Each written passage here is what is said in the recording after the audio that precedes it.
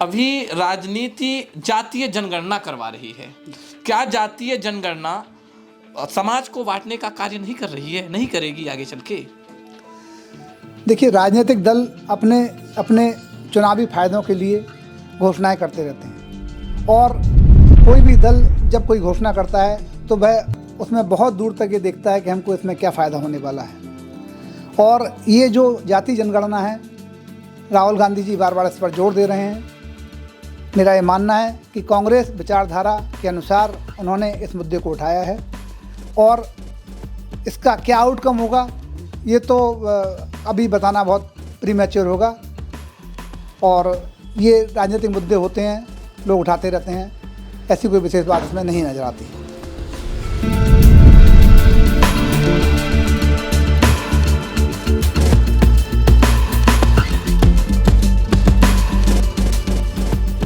नमस्कार, जय जोहार, जय छत्तीसगढ़। आप देखना शुरू कर चुके हैं भेंट मुलाकात। हमारे साथ में आज हैं दैनिक विश्व परिवार के संपादक प्रदीप जैन जी। आज इनसे हम जानेंगे चुनावी मुद्दों के बारे में, चुनावी माहौल के बारे में और सरकार के रणनीतियों के बारे में। नमस्ते सर। सर्वप्रथम मैं आपके चैनल के लिए भाई मनोज जी एवं उनकी टीम के लिए धन्यवाद ज्ञापित करता हूं, और छत्तीसगढ़ की पूरी जनता को दीपावली के शुभ अवसर पर अपनी शुभकामनाएं एवं बधाई देता हूं। सर, चुनाव सामने हैं, किस तरह से सरकार अपनी रणनीति बना रही है, किस तरह से आने वाले चुनावों के लिए सरकार कार्य कर रही है? थोड़ा सा, चूँकि आप पत्रकार हैं और संपादक हैं, तो थोड़ा सा आप मुझे इसकी विस्तृत जानकारी दें। भारत एक लोकतांत्रिक देश है, और लोकतंत्र में चुनाव को एक महापर्व के रूप में माना जाना चाहिए, मेरा ऐसा मानना है। क्योंकि लोकतंत्र में चुनाव महापर्व है, और इससे जो इस महापर्व से जो परिणाम निकल के आता है, उससे हमारे लोकतंत्र की रक्षा होती है। तो चुनाव का जो माहौल है निश्चित रूप से धीमे धीमे गर्म हो रहा है। हालांकि 20 सीटों पर मतदान छत्तीसगढ़ में हो चुका है, एवं 70 सीटों में मतदान होना बाकी है। जो हम ऑब्ज़र्व कर रहे हैं कि अभी दोनों ही पार्टी जो मुख्य यहाँ फाइट में हैं, भारतीय जनता पार्टी एवं कांग्रेस, वो अपने तरह से प्रचार के अभियान को चला रही हैं। निश्चित रूप से वर्तमान कांग्रेस सरकार ने ग्रामीण क्षेत्रों में जो योजनाएं लागू की हैं, चाहे वो धान से संबंधित, धान खरीदी से संबंधित हो, चाहे वो किसान ऋण माफ़ी योजना हो, इन योजनाओं का असर काफ़ी कुछ पड़ा है, और ये योजनाएं काफ़ी प्रभावित करेंगी, ऐसा हमारा मानना है। वैसे कि चुनाव में कोई पूछे कि कौन हराता है, कौन जिताता है, तो हमारा जो आकलन है वो ये है कि चुनाव में हवा हराती है, हवा जिताती है। इसलिए ये माहौल दिन प्रतिदिन, पल प्रतिपल परिवर्तित होता है, और निश्चित रूप से यहाँ फाइट अभी से नहीं, पिछले कई चुनावों से हम लोग देख रहे हैं कि यहाँ पर हमेशा ही बड़े कांटे की टक्कर होती रही है। पिछले चुनाव में हमने देखा कि वो ज़रूर एकदम 15 साल का जो इफ़ेक्ट था उसका पब्लिक ने एकदम रिवर्ट किया, और कांग्रेस बहुत अच्छे ऐतिहासिक बहुमत से यहाँ जीती। लेकिन वर्तमान समय में ये चुनाव दोनों ही पार्टियों के लिए काफ़ी टफ है, और मैं समझता हूँ कि ये एकदम प्रीमैच्योर होगा कि हम किसी भी पार्टी के लिए ये कह सकें कि क्या होगा। लोकतंत्र में चुनाव के लिए एवं लोकतंत्र की रक्षा के लिए हमारे आचार्य गुरुवर विद्यासागर जी महाराज, जो अभी डोंगरगढ़ में विराजमान हैं, उन्होंने बहुत अच्छी परिभाषा दी है। उन्होंने कहा है, संग्रह नहीं वितरण हो वही लोकतंत्र है। संग्रह नहीं वितरण हो वही लोकतंत्र है।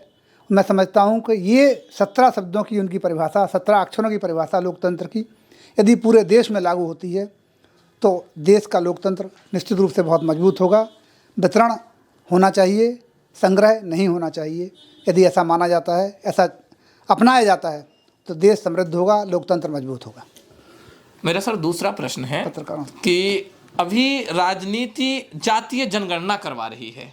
क्या जातीय जनगणना समाज को बांटने का कार्य नहीं कर रही है, नहीं करेगी आगे चल के? देखिए, राजनीतिक दल अपने अपने चुनावी फायदों के लिए घोषणाएं करते रहते हैं, और कोई भी दल जब कोई घोषणा करता है तो वह उसमें बहुत दूर तक ये देखता है कि हमको इसमें क्या फ़ायदा होने वाला है। और ये जो जाति जनगणना है, राहुल गांधी जी बार बार इस पर जोर दे रहे हैं।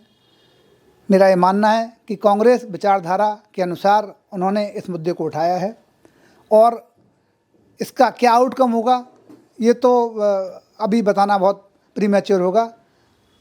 और ये राजनीतिक मुद्दे होते हैं, लोग उठाते रहते हैं, ऐसी कोई विशेष बात इसमें नहीं नज़र आती। सर, एक और मेरा प्रश्न है छत्तीसगढ़ सरकार को लेकर के कि छत्तीसगढ़ सरकार जो योजनाएं लागू की हैं उस पर जनता पर क्या बेहतर प्रभाव पड़ेगा, या कुछ ऐसा हो सकता है कि कुछ वोट बैंक इधर से उधर हो पाएगा? देखिए, सरकार की जो योजनाएं होती हैं वो सभी लोक कल्याणकारी आलम्बन को लेकर बनाई जाती हैं। सबसे बड़ी समस्या अपने देश में या प्रदेश में आती है, वो आती है क्रियान्वयन की। हम योजना बहुत अच्छी बनाते हैं, आखिरी व्यक्ति तक उसको लाभ पहुंचाने के लिए योजना बनाई जाती है, लेकिन क्रियान्वयन क्या हो रहा है ये सबसे महत्वपूर्ण है। क्रियान्वयन पर जोर सरकार को देना चाहिए। निश्चित रूप से तमाम योजनाएं हैं जो कि गौ संरक्षण के लिए हैं, मध्यम वर्ग की आय के लिए हैं, उद्योग के लिए हैं, रोजगार के लिए हैं। बहुत सारी योजनाएं संचालित हो रही हैं। खेल के विकास के लिए भी काफ़ी योजनाएं संचालित हो रही हैं। और तो और हम पत्रकारों के लिए भी, जो वर्तमान सरकार है उसने एक पत्रकार सुरक्षा योजना लेके आई है, हम उसके लिए भूपेश सरकार को बधाई देना चाहेंगे। उन्होंने पत्रकार सुरक्षा योजना, पहले यह योजना महाराष्ट्र में लागू थी और उन्होंने अब इस योजना को उसी पैटर्न पर छत्तीसगढ़ में लागू किया है। इससे निश्चित रूप से पत्रकार लोग सुरक्षित होंगे और पत्रकारिता का काम करने में उन्हें अपनी सुरक्षा महसूस होगी। इसके लिए हम उनको बधाई देते हैं। सर, ऐसी भूपेश सरकार की कौन सी योजना है जो आपको पर्सनल प्रभावित करती हो? देखिए, प्रेस के सदस्य होने के नाते, संपादक होने के नाते हमें सर्वाधिक जो योजना ने प्रभावित किया है वो पत्रकार सुरक्षा योजना है, जिसके लिए मैं पुनः उन्हें धन्यवाद देता हूँ। सर, ये अभी चुनाव का माहौल चल रहा है, चुनावी सीजन चल रहे हैं, बड़े बड़े नेता रैलियां कर रहे हैं, इन रैलियों से कितना प्रभावित चुनाव होगा? देखिए, मैंने आपको बताया कि चुनाव कौन जिताता है, कौन हराता है। हवा जिताती है, हवा हराती है। और निश्चित रूप से बड़े नेता आते हैं तो वो हवा बदलने का ही काम करते हैं, और इसको कौन कितना बदल पाता है ये मतदाता हम आपके सामने प्रस्तुत करेंगे, परिणाम हम आपको बताएंगे। अच्छा, हम अभी गली गली घूम रहे हैं, हम देख पा रहे हैं कि यहाँ जितनी रैलियां चल रही हैं, उन सब जितने लोग आ रहे हैं उन सब लोगों को यहाँ पर पैसे दे करके राजनीतिक पार्टियां बुला रही हैं झंडे उठाने के लिए। क्या इसका प्रभाव पड़ेगा चुनाव पर या नहीं पड़ेगा? कि ऐसा हो जाएगा कि कोई राजनीतिक पार्टी बहुत सारे लोगों को, एक वार्ड के लोगों को ज़्यादा पैसे दे करके बुला रही है रैलियों के लिए, तो अगर किसी पार्टी का उन लोगों के पास ज़्यादा पैसा जा रहा है तो हो सकता है कि पूरा का पूरा वोट उनके पक्ष में चला जाए, क्योंकि ये खरीदने और बिकने वाली बात आ गई है। देखिए, अब चुनाव पहले की तरह के चुनाव नहीं रहे। अब चुनाव पूरा मीडिया मैनेजमेंट और पूरे मैनेजमेंट के साथ लड़े जा रहे हैं। अब चुनाव लड़ने के लिए, जैसा कि आपने बताया, कि झंडे उठाने के लिए भी लोग लाना पड़ते हैं, निश्चित रूप से लाना पड़ते हैं। लेकिन ये आप कहें कि ये सुनिश्चित करता है कि झंडे ज़्यादा लोग उठाए हैं तो चुनाव जीत जाएंगे, ऐसा नहीं है। जनता बहुत समझदार है, हर चीज़ का आकलन करती है। पार्षद का चुनाव हो तो वह उसका दृष्टिकोण अलग है, विधानसभा का चुनाव में दृष्टिकोण अलग है, और लोकसभा में चुनाव में दृष्टिकोण अलग है। तो सर, इसे हम एक चुनावी विधायक बनने के लिए इन्वेस्टमेंट नहीं कहेंगे क्या, कि जो प्रत्याशी है वो इन्वेस्टमेंट कर रहा है इनके ऊपर, तो वो कहीं ना कहीं भ्रष्टाचार नहीं होगा आगे चल के? अब इन्वेस्टमेंट क्या, प्रचार का माध्यम तो करना ही होगा ना। आप अपनी बात कैसे कहेंगे? कोई ना कोई प्रचार माध्यम आपको अपनाना होगा, और तमाम तरह के प्रचार माध्यम हैं जो अपनाते हैं। इसलिए अब इसको इन्वेस्टमेंट सब तो नहीं कहना चाहिए, लेकिन हाँ ये है कि भाई अब प्रचार माध्यम के लिए आप लोग को कोई ना कोई तो साधन चुनना पड़ेगा। तो लोग साधन चुन रहे हैं, नए नए साधन आ रहे हैं, नया नया मीडिया आ गया, सोशल मीडिया आ गया है, और भी तमाम साधन हैं जिसके माध्यम से मतदाता को प्रभावित किया जा रहा है। तो सर, ये आगे चल के कहीं ना कहीं भ्रष्टाचार को बढ़ावा तो नहीं देगा? क्योंकि आप पत्रकार हैं तो इस पर आप बेहतर तरीके से जवाब दे पाएंगे। देखिए, भ्रष्टाचार तो क्या है कि उसका आकलन तो इससे जोड़ना एकदम ठीक नहीं है, क्योंकि सभी लोग अपने अपने माध्यमों का उपयोग करते हैं प्रचार करने के लिए। तो बहुत कमज़ोर जिनके पास साधन नहीं है वो भी प्रत्याशी चुनाव में हैं, जिनकी जमा पूंजी 1000 रुपये है, वो भी चुनाव में है, और जो करोड़ों में है वो भी चुनाव में है। इसलिए जो जिनकी जमा पूंजी 1000 रुपये है वो भी प्रचार कर रहे हैं, वो भी अपना माध्यम अपना रहे हैं, उनको भी लोग मदद कर रहे हैं। तो ये सब तो ये लोकतंत्र और चुनाव का एक परिदृश्य है, और इसमें लोग सहयोग करते हैं एक दूसरे का। क्योंकि आप उत्तर विधानसभा में हैं और यहाँ पर 2 लोग कांग्रेस से बागी हुए हैं, क्या इनका प्रभाव पड़ेगा चुनावी मुद्दे में या नहीं पड़ेगा? चुनाव में प्रभाव पड़ सकता है इनका।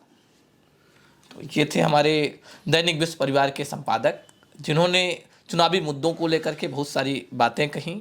आप बने रहें हमारे भेंट मुलाकात चैनल के साथ में। धन्यवाद। जय जोहार, जय छत्तीसगढ़।